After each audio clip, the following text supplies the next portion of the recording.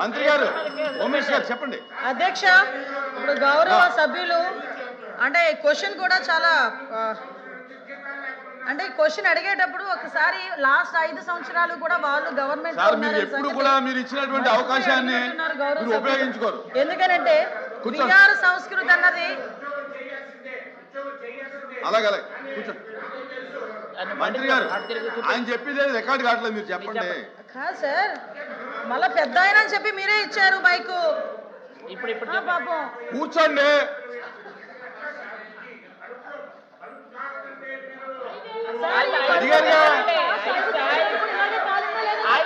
అడిగారు కూర్చో అమ్మా, చెప్పండి కూర్చోండి. మీరు ఎప్పుడు ఇచ్చినా అంతేనా ఆయన మాట్లాడుతుంది. కూర్చోండి. అధ్యక్ష, ఒకటి గౌరవ సభ్యులు మాట్లాడారు. అధ్యక్ష, మంత్రి గారు గౌరవ సభ్యులు మాట్లాడారు. నేను గౌరవ సభ్యుడికి ఏం చెప్తున్నానంటే చాలా ఆవేశంగా కడుపు మంట గురించి మాట్లాడుతున్నారు. ఇదే కడుపు మంట లాస్ట్ 5 సంవత్సరాలు కూడా పని చేసింది.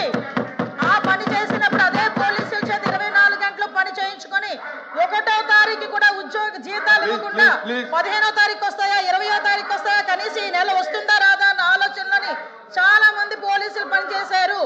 అదే విధంగా ఒక్క పోలీస్ కనుక జగన్మోహన్ రెడ్డి ఇదే అసెంబ్లీ రోడ్డు మీద 2000 మంది పోలీసులు మంత్రి గారు డిస్కషన్ లేదు. ఆయన చెప్పేదానికల్లా మీరు సమాధానం చెప్తారు. చెప్పాలి కదా సార్. ఆయన అడుగుతున్నారని కూర్చోవాలండి. నేను మాట్లాడతాను సార్. కూర్చోండి. మీరు ఆయన కూర్చోబెట్టండి. ముందు కూర్చోండి. ఆయన కూర్చోబెట్టిన తర్వాత నేను మాట్లాడతా. ఏమంటే ఆయన మాట్లాడుతాను, మీరు ఆయన మాట్లాడతాను సార్. నేను పెద్ద ఆయన గౌరవించమని మీరే చెప్పారు. ప్లీజ్ ఒకటే సప్లిమెంట్ కూర్చోమని చెప్పండి సార్. కూర్చోండి. మీకు పర్మిషన్ లేదు, కూర్చోండి.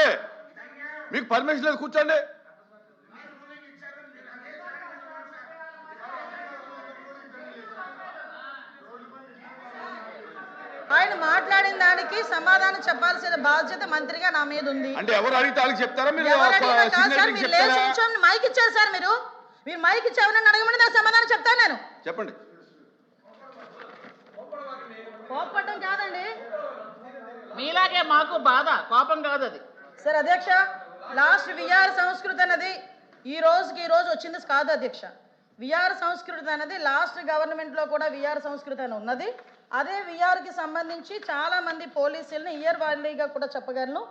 ఎండ్ ఆఫ్ ద డిసెంబర్ మనకి 2019లో దగ్గర 54 మందిని, తర్వాత చూసుకుంటే 96 మందిని, తర్వాత చూసుకుంటే 75 మందిని. ఇవన్నీ కూడా నేను డిఎస్పీ స్థాయి వ్యక్తుల గురించి మాట్లాడుతున్నాను అధ్యక్ష. నేను ఐపీఎస్లు సిఐల గురించి కూడా మాట్లాడట్లే. అంటే కేవలం ఇంచుమించుగా అందరు కలిపి ఇన్స్పెక్టర్ స్థాయిలో అధ్యక్ష 2019లో 149 మందిని పెట్టారు అధ్యక్ష. 2020లో 81 మందిని. ఓన్లీ ఇన్స్పెక్టర్ స్థాయి గురించి చెప్తున్నా. 2021లో 104 మందిని, 2022లో 114 మందిని ఇలా పెట్టుకుంటే చూస్తే అధ్యక్ష సుమారుగా లాస్ట్ గవర్నమెంట్లో కూడా విఆర్లో పెట్టి పోలీసుల సేవలను వినియోగించుకోవటం అన్నది ఈ రోజు ఈ గవర్నమెంట్ వచ్చి కొత్తగా తీసుకొచ్చే నిర్ణయం కాదు. అదేవిధంగా విఆర్లో ఉన్న వాళ్ళకి విఆర్లో ఉన్న పీరియడ్లో జీతభత్యాలు రావు అన్న సంగతి ఈ రోజు ఈ గవర్నమెంట్ తీసుకునే నిర్ణయం కాదు. ఇది ఇంతకు ముందు నుంచి వస్తున్నదే. ఎవరైతే 80 రోజుల లోపు కనుక విఆర్లో ఉండి పోస్టింగ్లో జాయిన్ అయితే వాళ్ళకి ఇమీడియట్గా డిపార్ట్మెంట్ పరంగా వాళ్ళకి రావాల్సిన అలవెన్సెస్ అన్నీ కూడా వాళ్ళకి వస్తాయి. 80 రోజులు దాటి కనుక 180 రోజులు కనుక అయితే ఫినాన్స్ డిపార్ట్మెంట్కి వెళ్ళి వస్తాయి. అంతే తప్పించి ఎవరికి కూడా రూపాయి బాకీ ఉండాల్సిన అవసరం గవర్నమెంట్కి లేదు.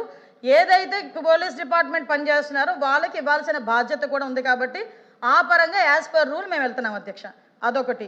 నెక్స్ట్ ఇందాక మాట్లాడుతూ ప్రభుత్వ ఉద్యోగం రావడం ఎంత కష్టమా అన్నది గౌరవ సభ్యులు సూచించారు. నిజంగా నేను ఒక గవర్నమెంట్ ఉద్యోగస్తురాలుగా అది నాకు తెలుసు.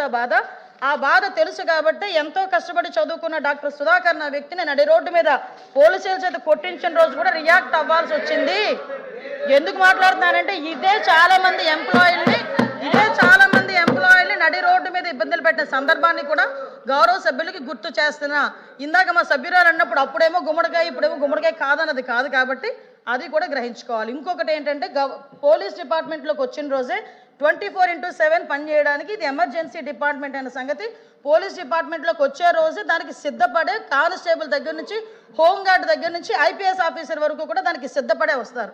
అందువల్ల విఆర్లో ఉన్న వాళ్ళే కాదు చుట్టుపక్కల ఉన్న వాళ్ళని డిపార్ట్మెంట్ వైజ్గా ఏదైనా బందోబస్తుకి కానీ దేనికైనా డ్యూటీకి పంపించాల్సిన అవసరం ఉంటుంది. దానికి తగ్గట్టుగానే యాజ్ పర్ రూలే మేము పంపిస్తున్నాం తప్పించి ఎక్కడా కూడా కక్షపూరితంగా వెళ్ళే పరిస్థితి అయితే కనిపించట్లే. మీకు ఇంకొక విషయం కూడా చెప్తున్నాను అధ్యక్ష, అదేవిధంగా ఈరోజు ఇందాక మన బయోమెట్రిక్ గురించి మాట్లాడారు అధ్యక్ష. ఇప్పుడు బయోమెట్రిక్ అనేది పెట్టకపోతే పోలీస్ డిపార్ట్మెంట్ వాళ్ళు అక్కడున్నారు ఇల్లు ఇక్కడున్నారు వాళ్ళు వచ్చారని చెప్పి జీతాలు తీసుకుంటున్నారని ఇదే ప్రతిపక్షాల వాళ్ళు మాట్లాడతారు. బయోమెట్రిక్ అన్నది 2 సార్లు విధానం అన్నది లేదు, దయచేసి తెలుసుకోవాలి. బయోమెట్రిక్ ఎప్పుడు కూడా డీజీపీ కార్యాలయంలో ఒక్కసారి మాత్రమే మార్నింగ్ డిపార్ట్మెంట్ వాళ్ళు అక్కడికి వచ్చి హాజరవుతారు. తర్వాత వాళ్ళకి ఎండాస్ చేసిన డ్యూటీస్కి వాళ్ళు అక్కడి నుంచి వెళ్ళే పరిస్థితి కూడా ఉంటుంది. కాబట్టి అది కూడా మన గౌరవ సభ్యులు కూడా గ్రహించాల్సిందిగా కోరుకుంటున్నాను అధ్యక్ష. ముఖ్యంగా అధ్యక్ష ఇంకా మీకు ఒక విషయం చెప్పాలి అధ్యక్ష.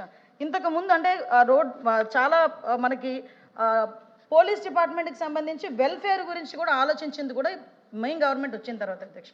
ఇంతకు ముందు పోలీస్ జీతాలు కూడా 1వ తారీఖున వస్తాయా రావా అనుకున్న పొజిషన్ నుంచి ఈరోజు నెలలో 1వ తారీఖు కల్లా ప్రతి ఒక్కరి అకౌంట్లోని కూడా జీతాలు పడుతున్నాయా లేదా మీ వెనక బయట నుంచి పోలీసులు ఎవరిని అడిగినా కూడా ఈరోజు సమాధానం చెప్పే పరిస్థితి కూడా ఉంది అధ్యక్ష. వీటితో పాటు అధ్యక్ష ఇందాక అన్నారు పిల్లల్ని చదివించుకోవాలి పెళ్ళిళ్ళు చేసుకోవాలని. నేను ఒక సందర్భాన్ని కూడా ఈ సందర్భంగా చెప్పాలి కాబట్టి చెప్తున్నాను. నేను అపోజిషన్లో ఉండేటప్పుడు నా ఊర్లో పనిచేస్తున్న ఒక సీఐ నా దగ్గరికి వచ్చి కన్నీళ్ళు పెట్టుకున్నాడు. ఏమయ్యా అంటే పిల్ల చదువుకు వచ్చింది, మేము లోన్ పెట్టుకుంటే 2 నెలలు అయిందమ్మా, మా సొమ్ము మాకు ఇవ్వడానికి లోన్ కూడా శాంక్షన్ చేయట్లేదు అని.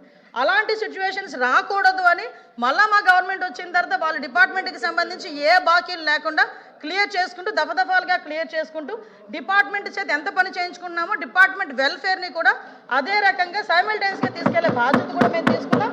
డిపార్ట్మెంట్ మీద ఈ రోజు కన్సర్న్ చూపిస్తున్నారు. ఇంకోటి అధ్యక్ష, రాజకీయ కక్షతో అనే పదం ఉపయోగించారు. ఆ పదాలు మీకు బాగా సూటబుల్ అవుతాయి.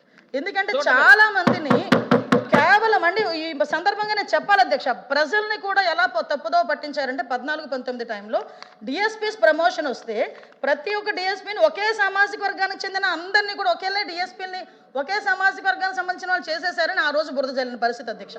అంటే నేనేమంటానంటే పోలీస్కి కులం ఏంటి, పోలీస్కి మతం ఏంటి, పోలీస్కి రాజకీయం ఏంటి అధ్యక్ష? పోలీస్ చొక్కా వేసుకున్న రోజే అతను ప్రజలకి సేవ చేయాలి, దేశానికి సేవ చేయాలనే నిబంధనతో హోంగార్డ్ దగ్గర నుంచి ఐపీఎస్ స్థాయి వరకు కూడా వస్తారు అక్కడికి.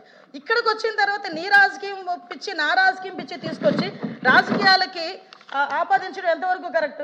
ఇంకోటి కూడా చెప్తాను అధ్యక్ష, ఒకనొక సందర్భంలో ఉద్యోగస్తులకి సంబంధించి మాకు ఇవ్వాల్సిన గ్రాట్యుటీలు కానీ వాటికి సంబంధించిన ఏదైతే బకాయిలు ఉన్నాయో ఇవ్వట్లేదని ఒక కానిస్టేబుల్ రోడ్డు మీదకి వస్తే ఆ కానిస్టేబుల్ ఉద్యోగం పోతే మళ్ళీ మెయిన్గా ఉద్యోగం తీసేస్తే మళ్ళీ మా గవర్నమెంట్ వచ్చిన తర్వాత అందుకు మళ్ళీ ఉద్యోగం ఇచ్చి ఈరోజు అతను మళ్ళీ ఉద్యోగం చేసుకుంటున్నాడు అధ్యక్ష. అది మా కమిట్మెంట్. లాస్ట్ గవర్నమెంట్లో రాజకీయ కక్షతో ఉద్యోగాలు తీసిన చాలా మంది కానిస్టేబుల్ ఫైళ్ళు ఈ రోజు నా టేబుల్ మీద ఉన్నాయి. వాళ్ళందరికీ కూడా తిరిగి ఉద్యోగాలు ఇస్తున్నాం. ఇందాకే అన్నారు ప్రభుత్వ ఉద్యోగం తెచ్చుకోవడం ఎంతో కష్టమని. ఆ గవర్నమెంట్లో వీళ్ళు కోట్లు అవినీతులు చేసుకొని వచ్చిన వాళ్ళు కూడా ఈరోజు పోలీస్ డిపార్ట్మెంట్లో 200కి 300కి కూడా లేనిపోని అపనిందలు వాళ్ళ మీద వేసి ఉద్యోగాలు తొలగించిన పరిస్థితి కూడా ఉంది అధ్యక్ష.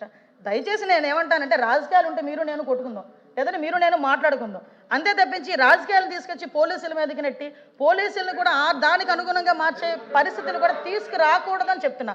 ఇంకోటి కూడా అధ్యక్ష, మాట్లాడేటప్పుడు ఇందాక సర్వీస్ 6,000 భోజనాలు పెట్టాం కానిస్టేబుల్స్. ఇంకోటి కూడా అధ్యక్ష, లాస్ట్ గవర్నమెంట్లో నోటిఫికేషన్ ఇచ్చాము అన్నారు.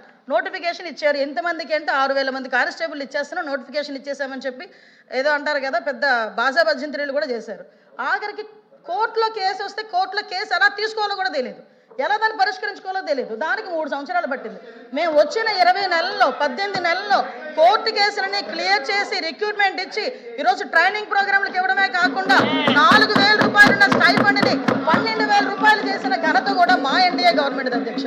దీనికి ఈరోజు ఇన్ని మేము చేస్తా ఉంటే తిరిగి వీళ్ళు మాట్లాడే ప్రక్రియ ఒకటేంటంటే ఒకటి మాత్రం చెప్పాలి అధ్యక్ష, పోస్టింగ్ల గురించి వెయిట్ చేసేవాళ్ళు. అలాంటి చెప్పాలంటే నా దగ్గర ఇంత లిస్ట్ ఉంది. మీరు ఏ పోస్టింగ్ల గురించి ఎంతమందిని ఎన్ని రోజులు వెయిటింగ్ పెట్టారో లిస్టు కావాలంటే చంద్రశేఖర్ రెడ్డి గారికి స్వయంగా నేనే తీసుకెళ్ళిస్తా. మీరు ఇప్పుడు టాలీ చేసుకోండి. మేము అలాంటి పరిస్థితిలో వచ్చామని ఎవరైనా చూపించండి, మేము మాట్లాడతాం. దయచేసి నేను ఒకటే చెప్తున్నానండి, ఈరోజు పోలీసు వ్యవస్థను ప్రక్షాళన చేశాం. హోంగార్డ్ దగ్గర నుంచి ఐపీఎస్ స్థాయి వరకు ప్రతి ఒక్కరు కూడా రాజకీయాలకు అతీతంగా ప్రజలకి సేవ చేయాలి అని ఒకే ఒక ఉద్దేశంతో ఉన్నారు. ప్రజల భద్రతే మా బాధ్యత అనే రీతిలో మా పోలీస్ డిపార్ట్మెంట్ పనిచేస్తుంది. వాళ్ళకి కావలసిన ప్రతి ఏదైతే అందాలో వాళ్ళ వెల్ఫేర్ సంబంధించి కూడా ప్రభుత్వం చూసుకుంటుందని సభాపూర్వకంగా మీ అందరికీ కూడా తెలియజేసుకుంటున్నాను. Question number 242